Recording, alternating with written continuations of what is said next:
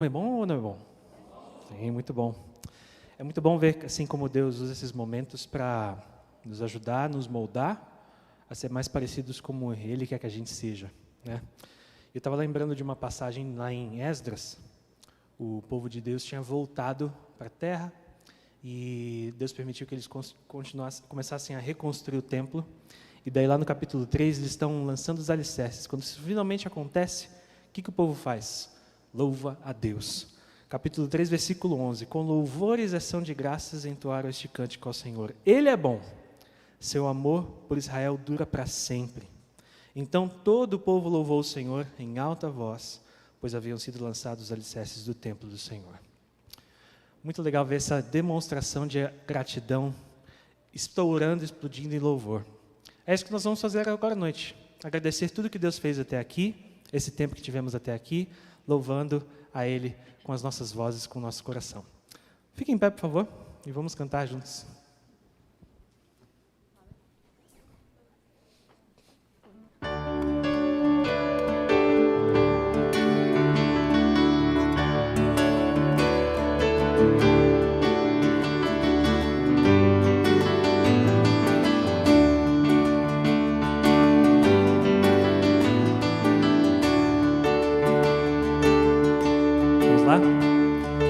Todas as tribos, povos e raças, muitos virão te louvar.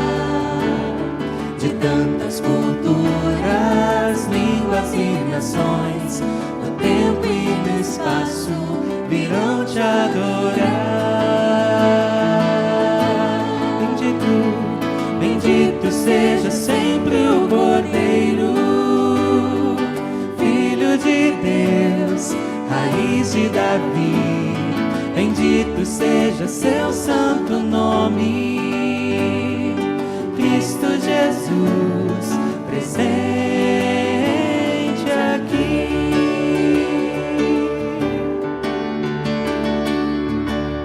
Remidos, comprados, todos estarão diante dele. Remidos, comprados, grande multidão, muitos virão te louvar. Povo escolhido, teu reino e nação, no tempo e no espaço, virão te adorar. Bendito seja sempre o Cordeiro, Filho de Deus, raiz de Davi, bendito seja o seu santo nome, Cristo Jesus, presente aqui. A nós só o que falta é dar tudo a Ele. E a nós só nos cabe tudo dedicar, oferta sua, meu Senhor. Talentos queremos consagrar, e a vida no teu altar, pra teu louvor. Bendito seja sempre o Cordeiro, Filho de Deus, raiz de Davi, bendito seja seu santo nome, Cristo Jesus, presente, Cristo Jesus, presente, Cristo Jesus, presente aqui. Te agradecemos, Deus, porque o Senhor está presente aqui, por tudo que fez, por tudo que ainda vai fazer essa noite. Amém, Senhor. Continuamos meditando na importância de dedicarmos o nosso ser ao Senhor. Acabamos de cantar isso. Só nos cabe a tudo dedicar a Ele. E essa música, essas próximas duas músicas são músicas realmente de entrega e consagração. E o meu convite é que você faça delas um momento realmente de oração pessoal, de consagração ao Senhor, de renovar seus votos com o Senhor na vida de serviço e entrega a Ele.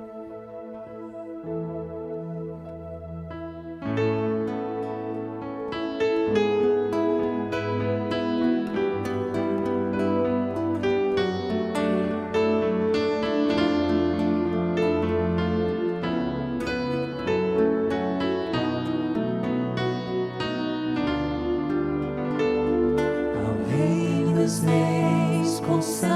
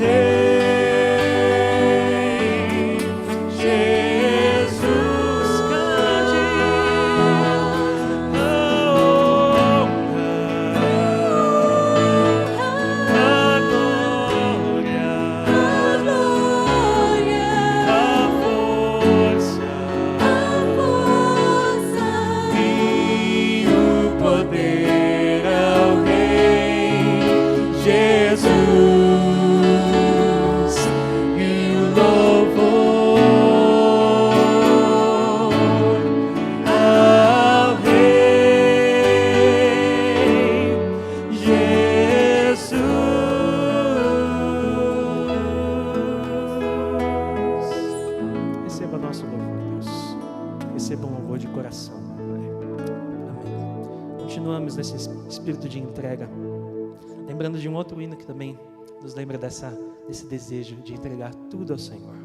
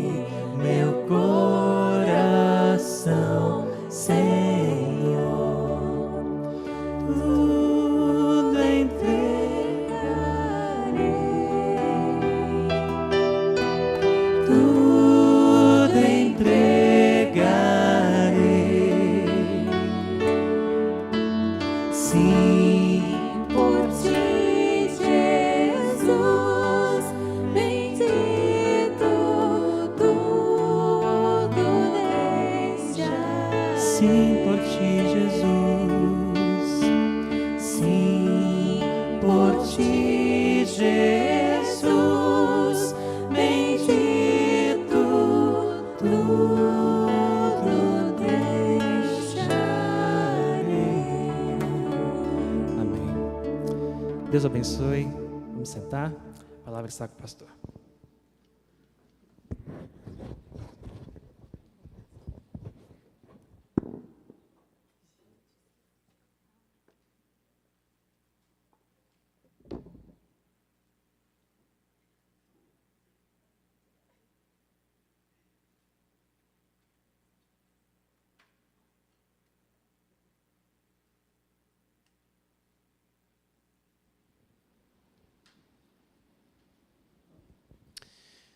Boa noite, eu saúdo vocês com a graça e a paz do Senhor Jesus Cristo, assim como os nossos internautas, aqueles que estão nos acompanhando tanto online, agora ao vivo, quanto no futuro. Sabe-se lá quando você vai estar acompanhando conosco esta mensagem. Eu espero que seja edificante, eu espero que seja encorajador para seguirmos servindo ao Senhor. Bom, o que nós já vimos até agora? Nós caminhamos ontem à noite, falamos em Efésios capítulo 4, baseado em Efésios capítulo 4, de que o servir é justamente resultado de uma resposta ao ouvir. Ouvir a palavra de Deus, e quando servimos para a edificação do corpo de Cristo, garantindo a unidade do corpo de Cristo. Hoje pela manhã nós abrimos em Romanos capítulo 12, e vimos justamente que o serviço é uma das formas em que nós vencemos o mal com o bem. Vimos essa plataforma de serviço que justamente preserva, ali talvez não de uma forma explícita, mas conseguimos tirar conclusões, a unidade da igreja. E agora nós vemos que o serviço é um meio de edificação e amor, em 1 Coríntios capítulo 12, até o capítulo 14. Nós vamos olhar também o contexto mais abrangente desses 3 capítulos e extraímos algumas lições de como que o apóstolo Paulo chama os coríntios ao bom senso, chama os coríntios a andar na verdade, porque eles estavam confusos com uma porção de assuntos, inclusive no que se referia a dons e, obviamente, a motivação de usá-los. O contexto maior começa em 1 Coríntios capítulo 7. 1 Coríntios capítulo 7. E no capítulo 7, o apóstolo Paulo escancara para nós que maturidade espiritual não busca o bem-estar individual. A discussão é sobre um tema quente, casamento. Haviam perguntas que foram feitas pelos coríntios, possivelmente relacionado a sexo, e o apóstolo Paulo responde e chama os coríntios à maturidade espiritual, dizendo inclusive que a maturidade espiritual não busca o bem-estar individual. O quanto da corrida desse mundo não está relacionado apenas ao que é bom para mim. Não é assim que o mundo nos ensina. O mundo nos ensina de que você deve fazer o que você se sente bem, o que você se sente feliz. E vem a nossa fé, a fé cristã, na contramão disso, dizendo que maturidade espiritual não busca o bem-estar individual. E o exemplo tratado justamente em 1 Coríntios capítulo 7 tem a ver com o casamento. Se você assistiu a live que nós fizemos sobre justamente essa conferência, nós lidamos com isso em 1 Coríntios capítulo 7.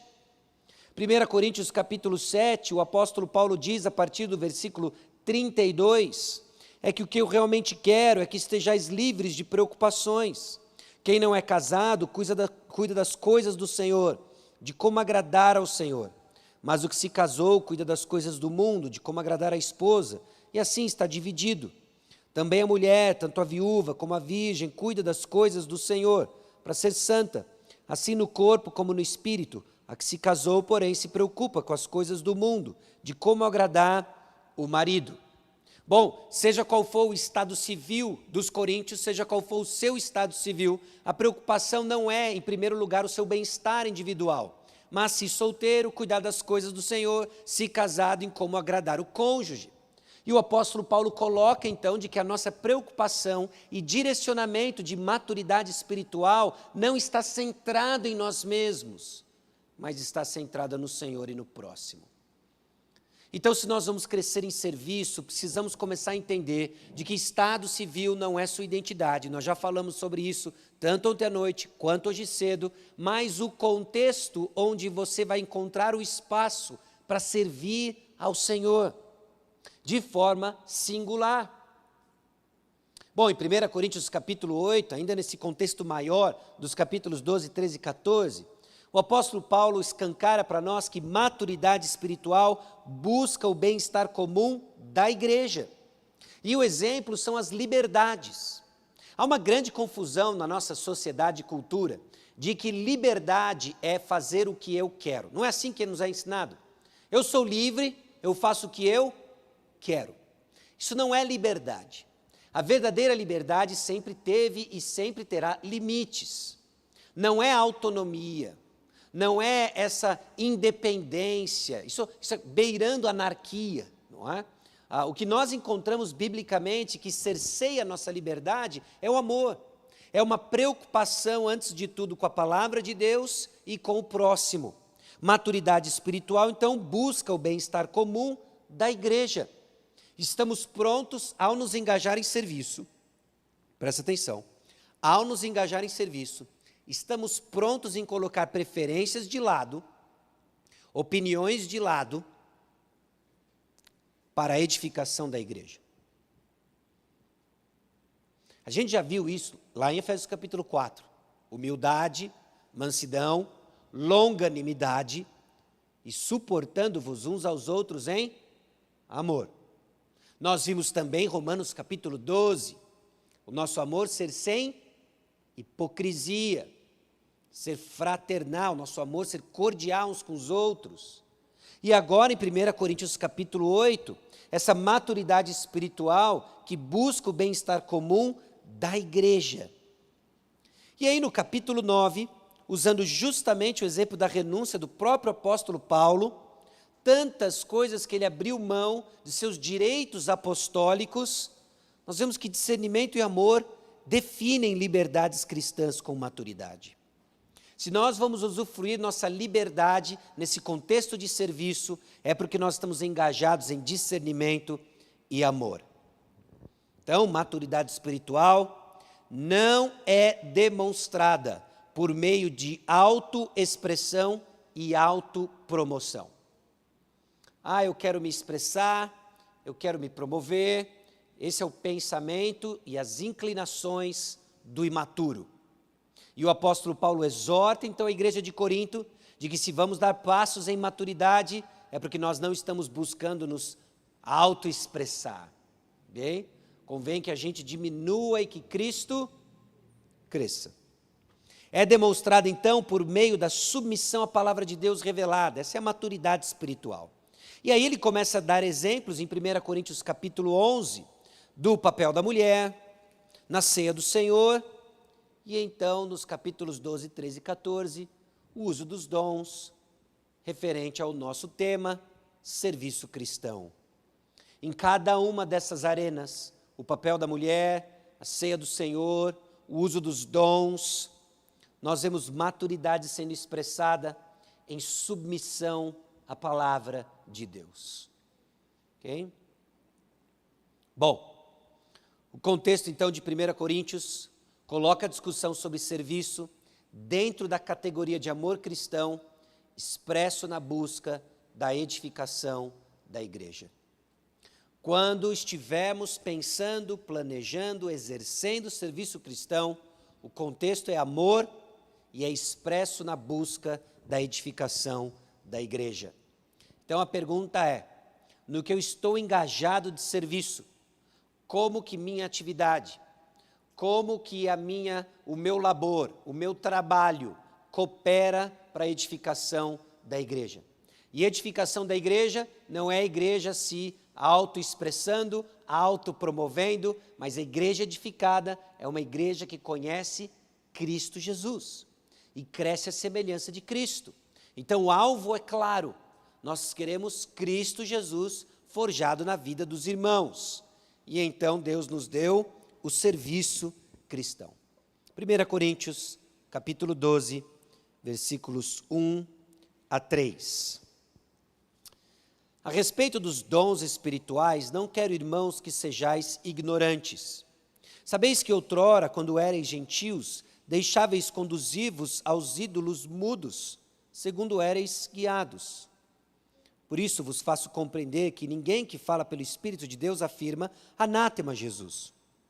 Por outro lado, ninguém pode dizer Senhor Jesus, senão pelo Espírito Santo. Meus irmãos, Deus nos deu informações, porque é possível que haja confusão no que se refere a dons e no que se refere a serviço cristão. Mais uma vez, e nós vimos isso tanto ontem à noite quanto hoje, que algumas ordens, além de expressar uma proibição divina, além de expressar uma instrução do nosso Deus, também nos indica de que existe a possibilidade de ficarmos muito confusos com relação ao serviço cristão. muito confusos com relação ao emprego dos dons. Então, para que não sejamos ignorantes, o Senhor nos deu instruções.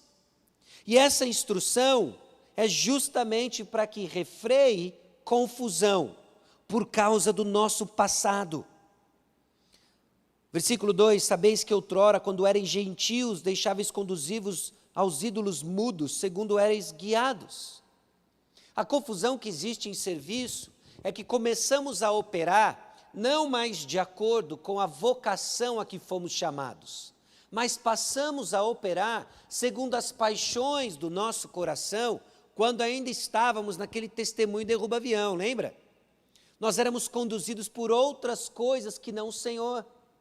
Éramos conduzidos por sabedoria pessoal, éramos conduzidos pelos valores do mundo, éramos conduzidos pelas paixões que nos governam, e por causa dessa tendência, nós recebemos informações sobre o que de fato é o serviço cristão.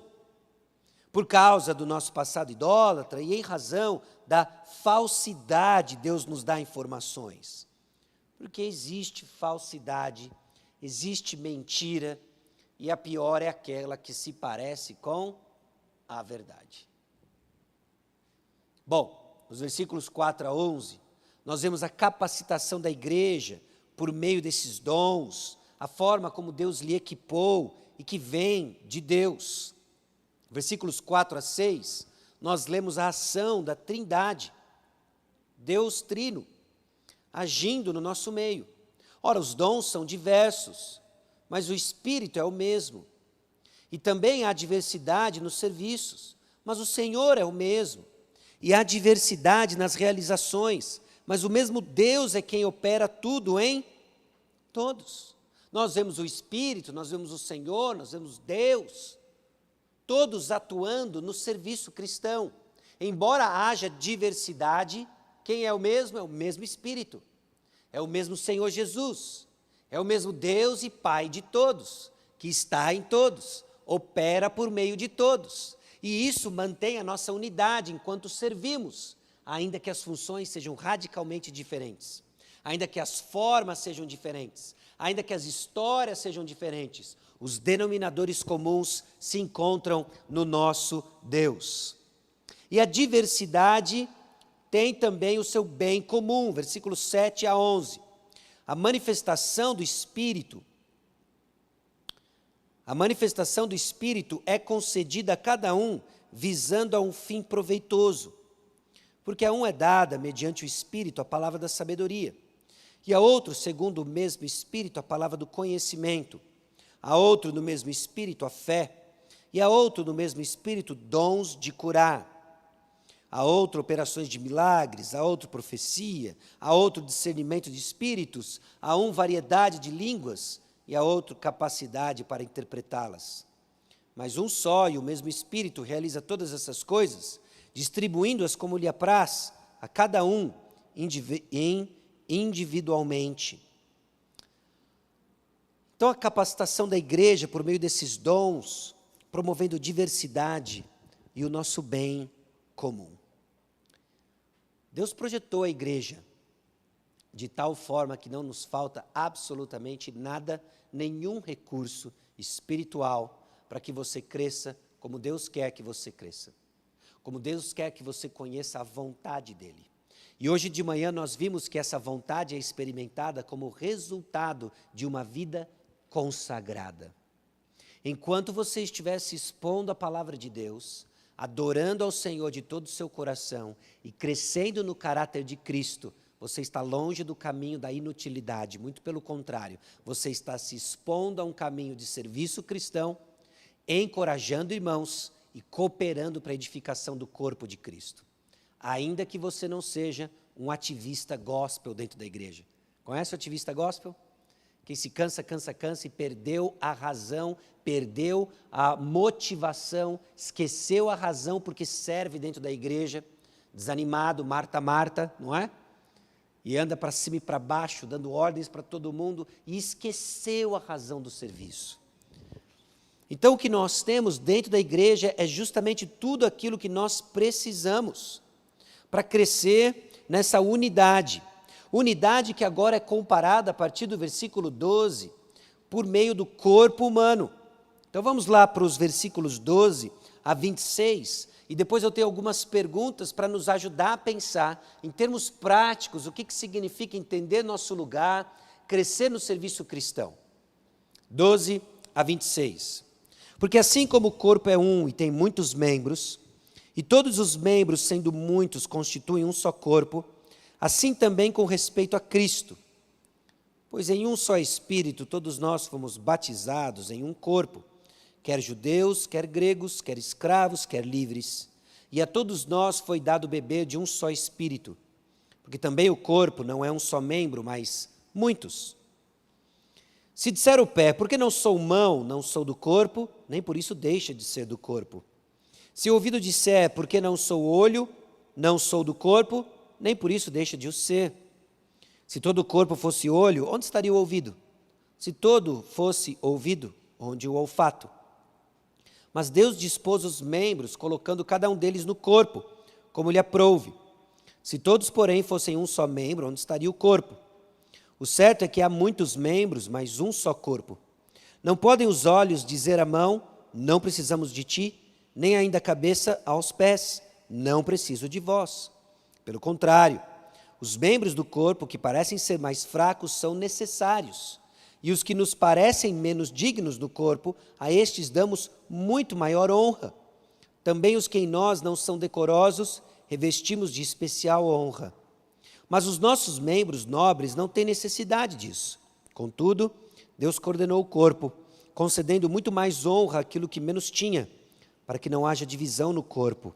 Pelo contrário, cooperem membros com igual cuidado em favor uns dos outros, de maneira que se um membro sofre, todos sofrem com ele, e se um deles é honrado, com ele todos se regozijam.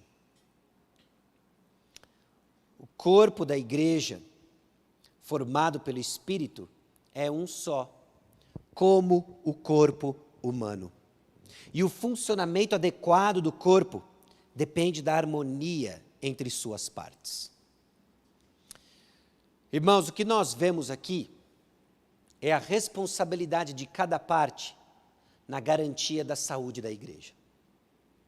Via de regra, há uma terceirização do ministério, há uma terceirização de sucesso e há uma terceirização de fracasso, culpabilidade de fracasso da igreja sobre os ombros dos pastores. Você já reparou nisso?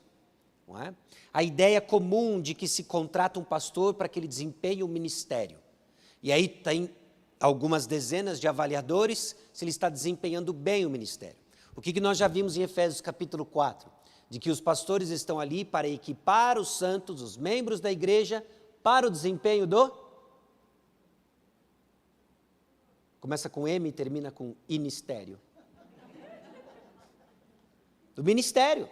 Sim, o pastor está lá para pregar a palavra, ensiná-la e equipar os santos para o trabalho do ministério. Você percebe então que não se trata da performance de um grupo, de um líder, trata-se da saúde do corpo, ok? Bom, nós vimos também de que é comum essa expectativa, né, de que a gente senta como avaliador de como as coisas estão caminhando, quando cada um de nós é chamado para justamente trabalhar onde você foi chamado, edificando o corpo de Cristo. Bom, então a igreja, meus irmãos, não é uma mera soma de pessoas iguais. Não é a mera soma de pessoas iguais. Você já parou para pensar quão aterrorizador seria se você visse um dedo andando sozinho por aí? Não é? Terror, não é? Ou a mãozinha, né, da família Adams. Toda vez que eu vejo aquilo, eu falo assim, tá, eu sei a historinha, mas ainda é bizarro, né, aquela mão andando sozinha. Não é? Não faz sentido. Então, nós não somos somatória de partes que fazem sentido sozinhos. Nós somos um conjunto de membros que só fazem sentido juntos. A mão só faz sentido se ela está junto com o corpo. Essas são as partes do corpo humano. Então, você não faz sentido isolado do corpo de Cristo. Não é meramente a soma de pessoas iguais. Cada membro, então, é importante para que o corpo de Cristo seja bem expresso. Aonde você se encontra como membro de igreja, ali é onde Deus lhe quer, para justamente expressar quem Cristo é por meio daquele corpo. E você faz parte disso. Você conta essa história. Okay? Você conta essa história. Não, você não está entendendo, no meu caso é diferente, a minha participação lá é muito pequena, e etc, etc. Não é? Aí a gente começa a inventar uma porção de coisas. Mas, meus irmãos, você nem lembra que tem dedinho do pé, até que você bata ele na quina da cama, não é? Bateu no pé da cama, você vai lembrar do dedinho do pé por um bom tempo, né? E é interessante porque justamente quando o corpo está saudável, nem sempre nós temos percepção de todas as partes. É justamente um sinal de que ele está bem, de que as partes estão desempenhando o seu papel em harmonia e estamos cumprindo nossa missão, não é? Mas quando nós somos lembrados constantemente, quando o estômago começa a avisar que ele está lá, não é um bom sinal, é? Não é um bom sinal. Quando a sua cabeça começa a te lembrar que ela está lá, também não é um sinal bom. Então, essa harmonia pressupõe que nós vamos em silêncio, quase que esquecidos, trabalhar com foco em Cristo Jesus, para a edificação do corpo de Cristo. Por isso que constantemente nós temos visto em cada uma dessas passagens a necessidade de humildade. Meus irmãos, quando isso cai e dá espaço ao orgulho, nós vamos ser um corpo desfuncional. Quebra-se a harmonia. Quando essas partes começam a se rebelar por quem elas são e onde elas estão. O corpo maduro, então, é um corpo unido e de cooperação mútua. Um corpo unido e de cooperação mútua. É aí que está o segredo, não é? É entrar com a seguinte mentalidade: eu estou nesse corpo, eu estou congregando nessa igreja, como é que eu vou amar a Deus, como é que eu vou amar o próximo? Procure oportunidades de amar pessoas. E a forma como Deus lhe confeccionou vai dirigir as atividades que sejam, vai dirigir as pessoas que precisam para que você ame de acordo com a forma como Deus lhe equipou. Então deixa eu trazer para você algumas perguntas, baseado em 1 Coríntios capítulo 12, versículos 12 a 26. O versículo 13 diz que todos nós fomos batizados num só corpo, unidos a Cristo e uns aos outros. A unidade, então, que temos com Cristo é o fundamento da que temos mutuamente. Por que nós estamos ligados uns com os outros? Porque estamos ligados na mesma videira. E a videira verdadeira é quem? Cristo Jesus. Por isso que nós estamos ligados. E aí que eu acho chocante, quando passamos pelo triste processo de disciplinar alguém, removemos alguém do nosso meio. Aquilo que nos ligava não existe mais. Toda a história e convivência e fotos juntos e eventos que participamos juntos, tudo aquilo se foi. Porque agora o que nos ligava, que era Cristo, se desligou. Daí a seriedade daquele evento, não é? Então, uma pergunta para você, versículos 15 e 16. O que diz o pé e o ouvido nos versículos 15 e 16? Volta lá nos versículos 15 e 16. Presta atenção naquilo que o pé e o ouvido estão dizendo. E eu pergunto para você, que atitude é essa? Que atitude é essa? Olha o que o pé e o ouvido resolveram fazer. Se disser o pé, porque não sou mão, não sou do corpo, nem por isso deixa de ser do corpo. Se o ouvido disser, por que eu não sou olho, não sou do corpo, nem por isso deixa de o ser. O que eles estão dizendo e qual é a atitude por trás disso? O que o pé disse?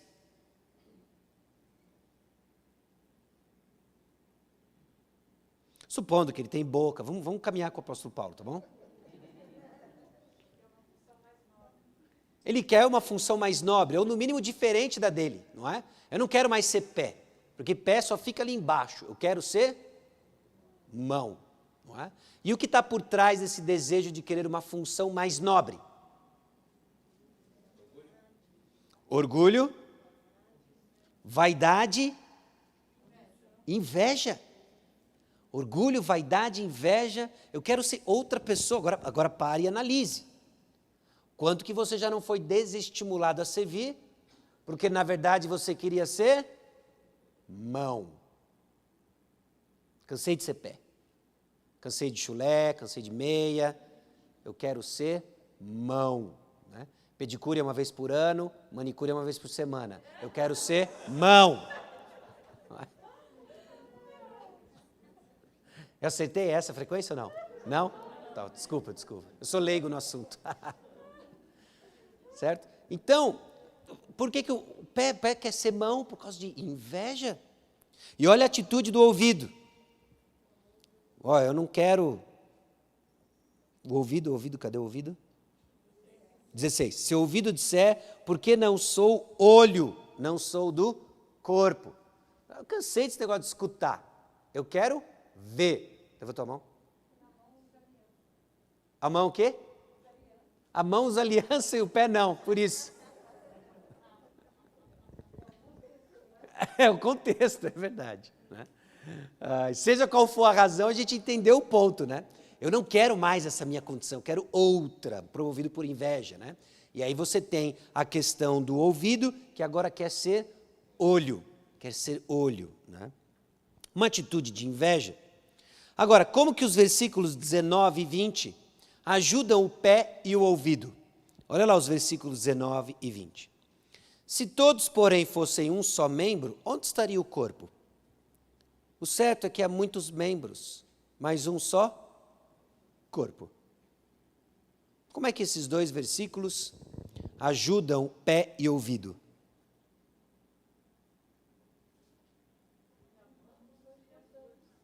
Oi? Todos os membros são necessários, não é? O que mais? Alguém disse alguma coisa diferente? Exato, né? Se o olho agora falasse assim, ó, se o ouvido dissesse, ó, a partir de agora eu não escuto mais nada, eu quero ver, não é?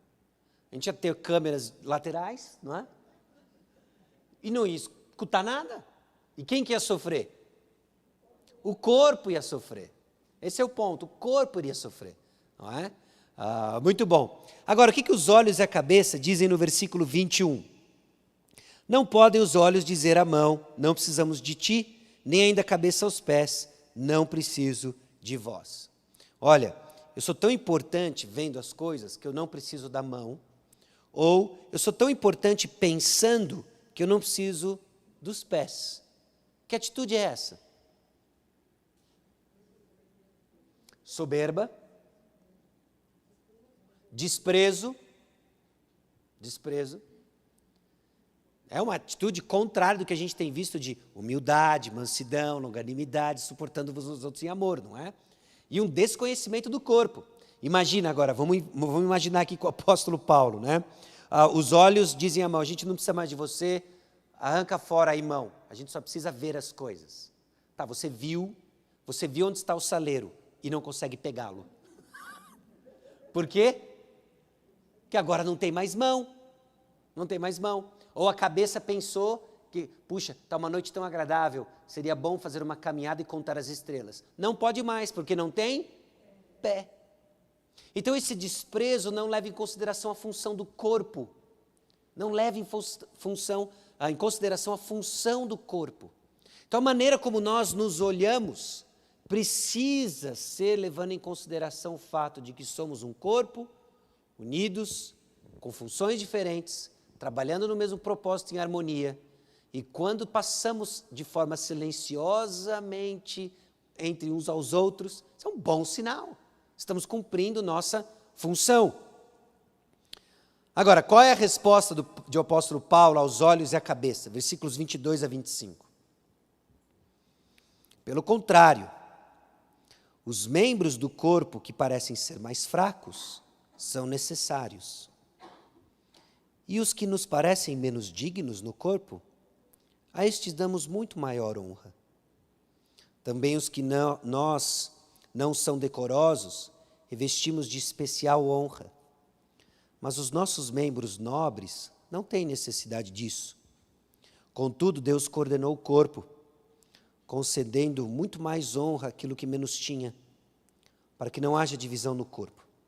Pelo contrário, cooperem os membros com igual cuidado em favor uns dos outros.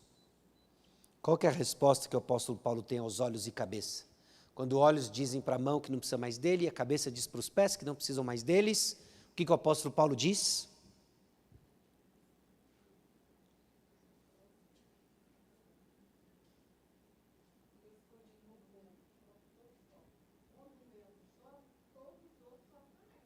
Sim. Precisamos uns dos outros, não é? E a forma como nós... Porque olha só, quando a gente fala cabeça, você concorda comigo que... Desculpa. Você concorda comigo que existe comunica uma proeminência, uma importância? Sim ou não? E aqui eu estou listando membros do corpo, talvez você até tenha aí nomes ou figuras no seu contexto de quem é a cabeça, não é? De quem que é a mão, de quem que são os olhos. Não, aquela pessoa, certeza, é o coração da igreja, não é? Etc. Né? Mas o que Paulo diz aqui é que eu e você não sabemos dizer quem é mais honroso ou não. Nossa percepção é equivocada. Não sabemos. Membros do corpo parecem ser mais fracos? São necessários. Talvez você venha aqui e parte do seu desânimo é justamente esse. Ó vida aos céus, eu sou esse mindinho, eu sou a parte mais fraca, eu sou esse desprezado constantemente. Porque nós vamos comprando a visão que o mundo tem de nós. E mais uma vez, você não é o seu estado civil, você é o que Cristo Jesus fez por você e colocou no corpo. Funcione, trabalhe, encontre o seu espaço dado por Deus, simplesmente para a edificação do corpo de Cristo. O que Paulo diz sobre as partes do corpo que parecem fracas, no versículo 22, elas são necessárias. E como que devemos tratar os membros que não nos impressionam? Com a mesma dignidade, porque são todos membros do mesmo corpo. Já imaginou? Você vai para um evento VIP, e quando você está entrando no evento VIP, cabeça e tronco pode entrar, pés não. Não existe isso. É a dignidade do corpo. Não é por membros, é do corpo. E o corpo é de Cristo. E quem comprou o corpo? Cristo. Quem morreu pelo corpo? Cristo. Cristo pagou o alto preço. Comprou todos nós, nos distribuiu em funções diferentes. E a vontade dele é que a gente opere em harmonia, edificando uns aos outros. Então, de acordo com o versículo 25, para que não haja divisão no corpo, né? Existem 2 objetivos para ajeitar as partes do jeito que ele faz. Quais são eles? Primeiro eu já cantei aqui, não é? Para que não haja divisão no corpo. E o outro?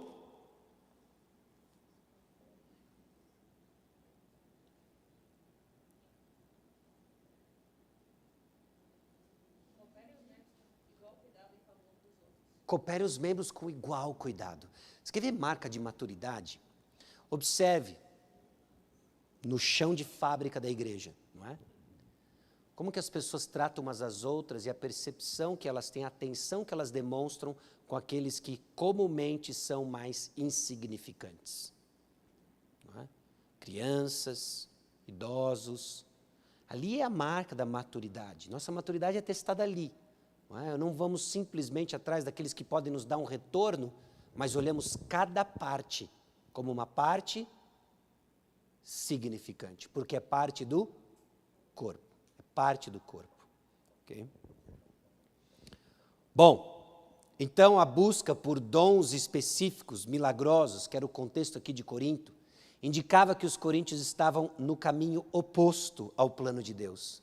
Eles não queriam a edificação em amor, eles queriam shows pirotécnicos espirituais. Eles queriam a pompa, eles queriam aquilo que dava visibilidade e não servia ao Senhor. E o caminho da maturidade, e aí é justamente esse contexto que entra em 1 Coríntios capítulo 13, é o amor.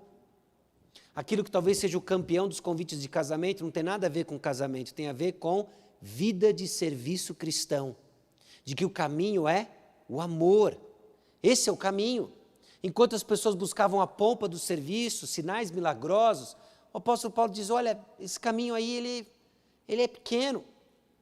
Existe um caminho melhor, amar pessoas. E o que o amor faz? O amor, ele é paciente, ele é benigno, ele não arde em ciúmes, não se ufana, não se ensoberbece, não se conduz inconvenientemente, não procura os seus interesses, não se exaspera, não se ressente do mal, não se alegra com a injustiça, mas regozija-se com a verdade. Tudo sofre, tudo crê, tudo espera, tudo suporta. O amor jamais acaba, mas havendo profecias, desaparecerão, havendo línguas, cessarão, havendo ciência, passará, porque em parte conhecemos e em parte profetizamos. Quando, porém, vier o que é perfeito, então o que é em parte será aniquilado, e etc, etc. Versículo 13. Agora, pois, permanecem a fé, a esperança e o amor. Estes três, porém, o maior destes é o amor. Irmãos, o caminho da maturidade é o amor. E o serviço cristão legítimo é motivado por amor. E o amor tem uma cara, o amor quer ver Cristo Jesus forjado em nós, crescendo em harmonia, entendendo que essas partes não são simplesmente, não fazem sentido sozinhas, mas elas servem um propósito maior. E quando todos estão servindo em harmonia, nós passamos desapercebidos. Quando que a coisa aparece? Quando dá ruim com uma das partes, não é? Aí o corpo adoece, o corpo padece. Então, união e cooperação mútua excluem os objetivos e preferências pessoais. Menos eu acho, menos eu quero, menos eu prefiro, e mais eu sirvo como for melhor para a igreja, para o corpo, seja o que for que irá cooperar na tarefa de fazer discípulos. Essa é a tarefa que o Senhor nos deu. Então, direcione o seu serviço justamente com aquilo que é ligado com a missão da igreja, e não o que você acha, prefere ou pensa, mas aquilo que for melhor para a igreja. O exercício, então, amoroso do serviço cristão vai buscar o que é edificante para a igreja, e existe o perigo sempre de concentrarmos no que é menos importante. Só que faz barulho, não é? Olha como o apóstolo Paulo articula isso a partir do versículo 1 do capítulo 14. Segui o amor e procurai com zelo os dons espirituais, mas principalmente que profetizeis. Pois quem fala em outra língua não fala a homens, senão a Deus, visto que ninguém o entende, em espírito fala mistérios. Mas o que profetiza fala aos homens, edificando, exortando e consolando. O que fala em outra língua a si mesmo se edifica, mas o que profetiza edifica a igreja. Eu quisera que vós todos falasseis em outras línguas, muito mais, porém, que profetizasseis, pois quem profetiza é superior ao que fala em outras línguas, salvo se as interpretar, para que a igreja receba edificação. Agora, porém, irmãos, se eu for ter convosco falando em outras línguas, em que vos aproveitarei, se não falar por meio de revelação, ou de ciência, ou de profecia, ou de doutrina? É assim que instrumentos inanimados, como a flauta ou a cítara, quando emitem sons, se não os derem bem distintos, como se reconhecerá o que se toca na flauta ou cítara? Pois também, se trombeta der som incerto, quem se preparar para a batalha? Assim vós, se com a língua não disserdes palavra compreensível, como se entenderá o que dizeis? Porque estareis como se falasseis ao ar. Há, sem dúvida, muitos tipos de vozes do mundo, nenhum deles, contudo, sem sentido. Se eu, pois, ignorar a significação da voz, serei estrangeiro para aquele que fala, e ele estrangeiro a mim. Assim também vós, visto que desejais dons espirituais, procurai progredir para a edificação da igreja. A grande confusão que existia no momento em que Paulo escreve aos Coríntios é que as pessoas buscavam, sim, com zelo, dons espirituais, mas com um propósito errado. Procuravam aquilo que dava barulho e proemissão. E o apóstolo Paulo diz que tem um caminho melhor, é o do amor e da edificação. Ao considerar o serviço e dar o próximo passo, não procure aquilo que vai projetar você. Não procure aquilo que vai simplesmente deixar você num estado de notável, mas procure aquilo que a igreja precisa. Talvez eu esteja falando óbvio, mas você vai ser testado nisso. Sabe como? Quando o reconhecimento não vier. Quando o reconhecimento não vem, aí você é testado se você busca proeminência ou não. Quando o irmão não bate nas suas costas e diz, muito bem, irmão, muito bem, irmã, olha, foi uma bênção, foi uma bênção. Aí sim, nós somos testados na busca por proeminência. Quando somos tratados como servos, nosso espírito de servo é realmente testado. Então existe esse perigo de nos concentrarmos no que é menos importante, desprezando o que edifica. E o apóstolo Paulo nos lembra de que o uso dos dons deve impactar aqueles que não conhecem a Cristo. Olha os versículos 20 a 25. 20 a 25. Irmãos, não sejais meninos no juízo, na malícia. Sim, sede crianças, quanto ao juízo, sede homens amadurecidos. Na lei está escrito, falarei a este povo por homens de outras línguas e por lábios de outros povos, e nem assim me ouvirão, diz o Senhor. De sorte que as línguas constituem um sinal não para os crentes, mas para os incrédulos. Mas a profecia não é para os incrédulos, e sim para os que creem. Se, pois, toda a igreja se reunir no mesmo lugar, e todos se puserem a falar em outras línguas, no caso de entrarem doutos ou incrédulos, não dirão porventura que estáis loucos? Porém, se todos profetizarem, entrar algum incrédulo ou indouto, é ele por todos convencido e por todos julgado. Tornam-se-lhes manifestos os segredos do coração, e assim, prostrando-se com face em terra, adorará a Deus, testemunhando que Deus está, de fato, no meio de vós. Olha a importância de um serviço coordenado visando a edificação da igreja. Quando alguém entra pelas portas da igreja que não conhece ao Senhor e encontra confusão, sabe o que ele vai dizer? Vocês estão malucos. A confusão aqui no caso, o mau uso dos dons de línguas. No nosso caso pode ser uma porção de outras coisas também. Mas quando ele encontra no nosso meio um grupo que reverbera a palavra de Deus que eles ouvem, lembra, o servir começa pelo ouvir. E cada parte operando com a justa cooperação, visando a edificação em amor, eles vão olhar e falar assim, Deus está aqui. Foi exposto o meu coração, ele cai de joelhos e declara arrependimento dos seus pecados. Essa é a presença de Deus no nosso meio. É isso que a palavra de Deus faz, ela nos expõe. Hebreus capítulo 4, versículo 12. Já conhecido de todos vocês, se eu não me engano. Mas eu quero ler o seu vizinho não tão conhecido, 13 junto. Porque a palavra de Deus ela é viva e eficaz e mais cortante do que qualquer espada de 2 gumes, e penetra até o ponto de dividir alma e espírito, juntas e medulas, e é apto para discernir os pensamentos e propósitos do coração. Isso que a palavra de Deus faz. E quando ela encontra espaço em nossos relacionamentos, sabendo que o servir começa com ouvir, e não se trata simplesmente de uma atividade, mas se trata de um caráter sendo transformado, cujas palavras estão reverberando, ecoando a propagação do Evangelho, olha o que acontece no versículo 13. E não há criatura que não seja manifesta na sua presença. Pelo contrário, todas as coisas estão descobertas e patentes aos olhos daquele a quem temos de prestar contas. Então, o serviço cristão tem a ver com a criação de uma rede de relacionamentos, ligadas em amor no mesmo corpo, que facilita com que a palavra de Deus se encontre cada veia e cada artéria do corpo de Cristo, irrigando cada membro e dando evidência de que o Senhor está no nosso meio. Não importa o seu estado civil, não importa onde você trabalha, sua composição familiar. A palavra de Deus encontra esses contextos singulares para ecoar a mesma mensagem. Existe um Deus, Ele está no nosso meio, arrependa-se dos seus pecados. Pergunta: é assim que o incrédulo enxerga nossos relacionamentos? Será que se eles visitassem os bastidores da cozinha, onde vai ser preparado a próxima refeição, o evento da igreja? Seja lá o que foi, que evento foi, a gente viu que isso é simplesmente uma plataforma. Simples, trivial, e existem diferentes. Mas o que importa ali vai ser a maneira como nós nos tratamos. Que o olho não diga, o ouvido não vale nada, ou o pé não vale nada, mão. Que a cabeça não diga, corta o pé, não preciso mais dele.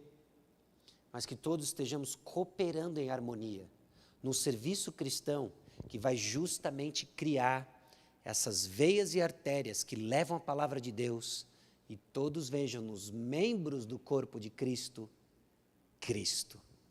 E aí o incrédulo cai de joelho e diz: Deus está aqui. O mundo não vai se impressionar com a nossa capacidade de ser igual a Ele. Seja na nossa superorganização, ou seja na nossa mesquinharia e conflitos e contendas. O mundo se impressiona com a nossa semelhança a Cristo Jesus.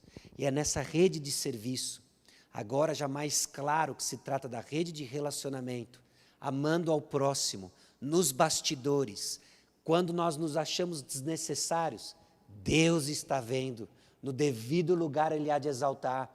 Persevere, faça na harmonia, deixando claro que quem está no nosso meio, Deus está no nosso meio.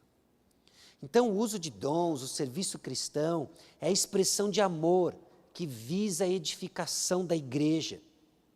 E esse exercício espiritual tem a ver com a glória de Deus e o bem do próximo. Lembra? Para a glória de Deus, a gente viu isso em Efésios capítulo 1, em 3 versículos distintos. Para a glória de Deus. E quando que nós expressamos a glória de Deus? Quando vivemos em coerência com o seu caráter. Não tem a ver então com a autoexpressão e autopromoção. Serviço não é encontrar alguma coisa que você gosta.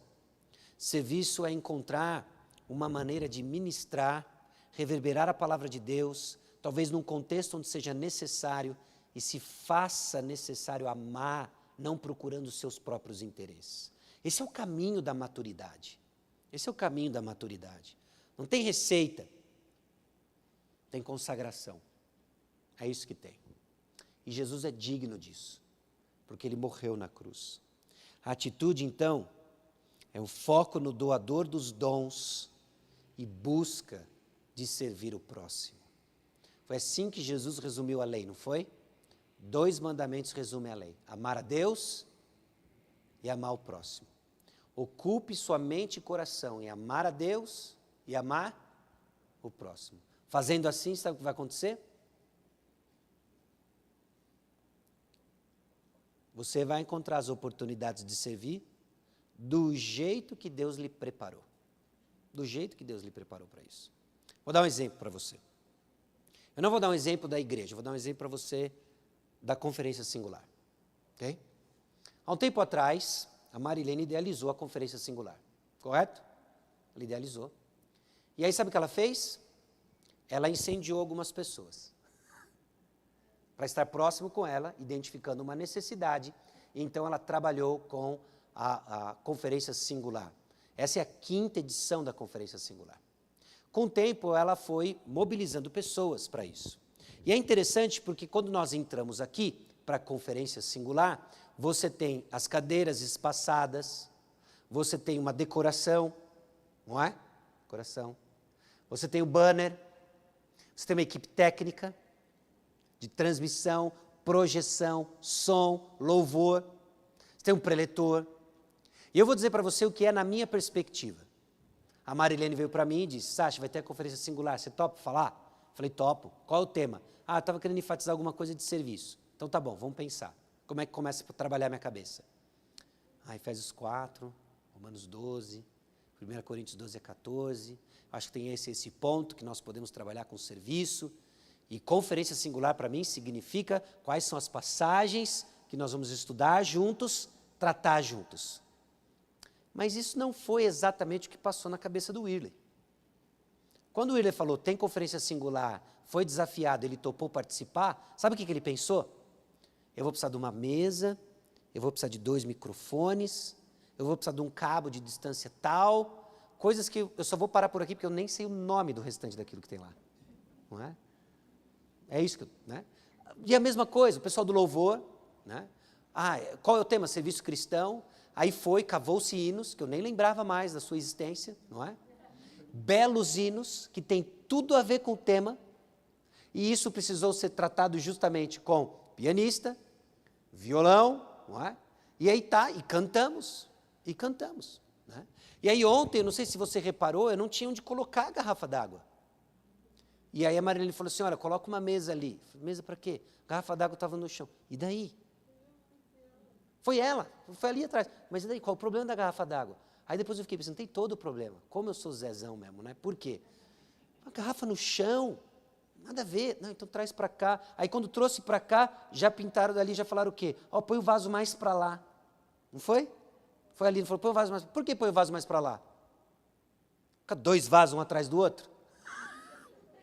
Se eu fosse organizar a decoração, ia ser assim. Graças a Deus, né? Que não sou eu. Graças a Deus que eu não montei o som. Graças a Deus que eu não escolhi as músicas. Porque iam ficar em 2, 3 que eu gosto, que não tem nada a ver com o tema, mas são as que eu gosto e conheço, não é? E graças a Deus que nós somos um corpo, trabalhando de forma coordenada. E assim Deus age. Então, não se intimide com aquilo que você enxerga de necessidade que precisa ser suprida. Porque eu garanto para você, quando ela deixar de ser suprida, o corpo vai sentir falta. O corpo vai sentir falta. E Deus nos colocou juntos, num só espírito. E aquilo que parece que não tem tanta proeminência, é importante. E Deus fez assim para que não haja divisão. Que ninguém aqui que se julgue cabeça, diga para a mão, né, fale para o pé que não precisa mais dele, olho e assim por diante, que quem é olho não queira ser ouvido. A forma como Deus lhe fez, com a história que Ele lhe confiou, sirva. Com que convicção? Foco no doador de todas as coisas. Num só espírito e numa ação coordenada. Estamos juntos, trabalhando juntos para um corpo saudável. Faz sentido? Então, onde nós estamos até agora? Em Efésios capítulo 4, nós vimos que o servir começa com ouvir, e isso é vital para a unidade da igreja. Em Romanos capítulo 12, nós vimos que a fé vem pela pregação, nós vimos lá de Romanos capítulo 10, e depois as implicações disso têm a ver com o serviço, e esse serviço que garante a paz, sempre quando for possível, garantindo a nossa unidade. E o que nós vimos aqui em 1 Coríntios capítulo 12 em diante? De que aquilo que edifica, que vem pelo ouvir, nos equipa para servir em harmonia, mantendo a nossa unidade. Você está percebendo os temas comuns de formas diferentes, de que se nós vamos dar um testemunho de que Jesus Cristo nos mantém unidos, vai ser por meio do serviço cristão capacitado pela palavra de Deus. E eu vou dizer para você, o mundo hoje precisa ver um grupo de pessoas grande e diverso, que se compreendem e vivem em unidade. Você tem dúvidas disso? Famílias estão se dividindo por diversos temas hoje em dia. Que a igreja não se divida por nada além da verdade, porque se dividir por qualquer coisa, não é Cristo que nos une. E quando Cristo nos une, nós vamos servir uns aos outros, mantendo a unidade do corpo para a glória de Deus. Amém? Amanhã nós vamos visitar 1 Pedro e olhar como as mesmas verdades se reiteram e nos ajudam a ter uma visão mais ampla de serviço cristão, além de uma atividade gospel que a gente está se cansando, mas tem a ver com a nossa postura nesse corpo para a glória de Deus. Tá bom? Dúvida, pergunta? Não? Então vamos orar. E aí eu dou a palavra para o Márcio, Michele. Senhor, obrigado a Deus, porque a Tua palavra nos instrui e nos chama, ó Deus, a atenção de que aquilo que muitas vezes é considerado como parte pequena, é parte do corpo. Tem uma função para o bom funcionamento do corpo. Que nosso coração não esteja buscando autoexpressão, autopromoção, mas esteja atento constantemente ao doador de todos os dons, a viver para a honra e glória do Teu nome. Ajuda-nos, ó Deus, corrige-nos quando muitas vezes temos a atitude de que a cabeça despreza a mão, ou o olho despreza o ouvido. Longe de nós uma atitude arrogante, longe de nós a inveja. Que sejamos satisfeitos da forma como o Senhor nos fez e criou, para a honra e glória, Deus, do Teu nome. É no nome precioso de Jesus que nós oramos. Amém.